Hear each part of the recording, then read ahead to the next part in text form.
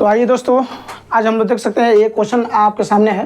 कह यदि p+1, 3p+1, 6p-1 समानांतर श्रेणी में है यानी AP में है तो P का मान निकालना है। ठीक है, तो हम तो कहेंगे दोस्तों, आप लोग जानते हैं अगर हम लोग सार्वंतर की बात करें तो सार्वंतर की अगर बात करें तो आप लोग जानते हैं क्या होता है कि अगर दूसरा पद माइनस पहला पद बराबर तीसरा पद माइनस दूसरा पद, यही ना होता है।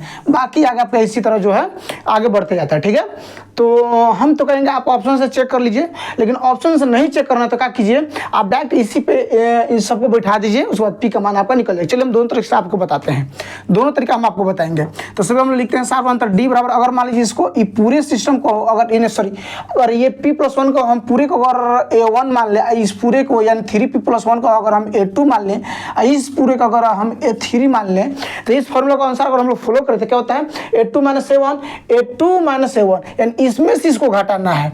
तो 3p+1 और घटाना है, क्या करना है, घटाना है p+1 को। ठीक है, बराबर दे दीजिए क्योंकि बराबर बीच में होगा। फिर बोले हैं A3 में से A2 को माइनस करना है, तो 6p-1 और माइनस क्या करना है यहाँ पे 3p, क्या करना है 3p+1। ठीक है, अब चलिए स्टेप बाय स्टेप एकदम आहिस्ते आहिस्ते समझाते जाते हैं, आप समझते जाइए।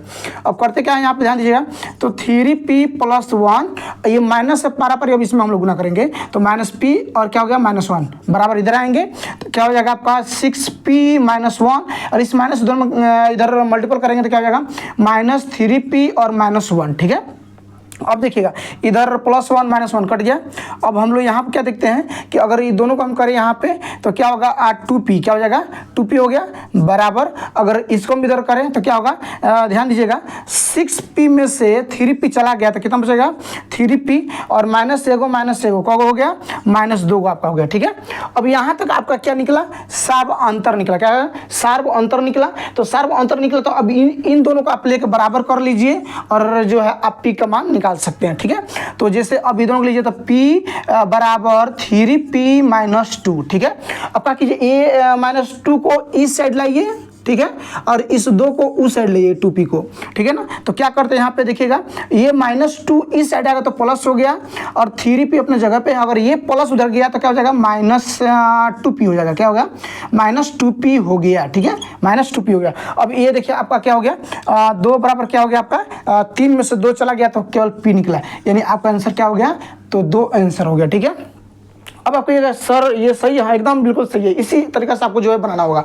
अगर आप बिना पेन उठाए अगर आप चेक करना चाहते थे तो देखिए कैसे क्या करना है आपको।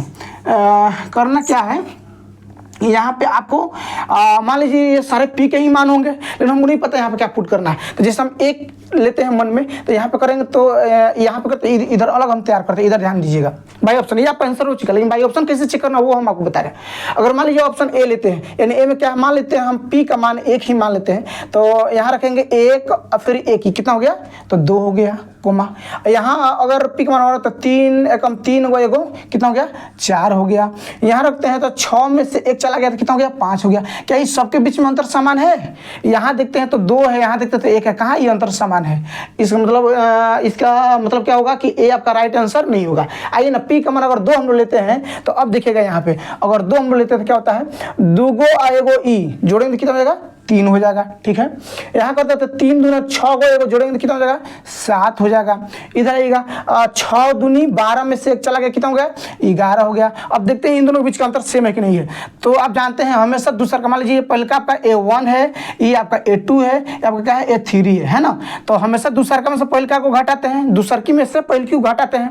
तो 7 में से 3 गया 4, 11 में से 7 गया 4। क्या दोनों के बीच का अंतर समान है, तो क्या आपका राइट आंसर हो जाएगा बी ऑप्शन, राइट आपका आंसर होगा। ठीक है, तो ऑप्शंस आप इस तरह चेक कर सकते हैं, वरना आप ऐसे बना के जो है आप आंसर फाइंड कर सकते हैं। सबसे अच्छा हम कहेंगे बाई ऑप्शन, बाई ऑप्शन। ठीक है।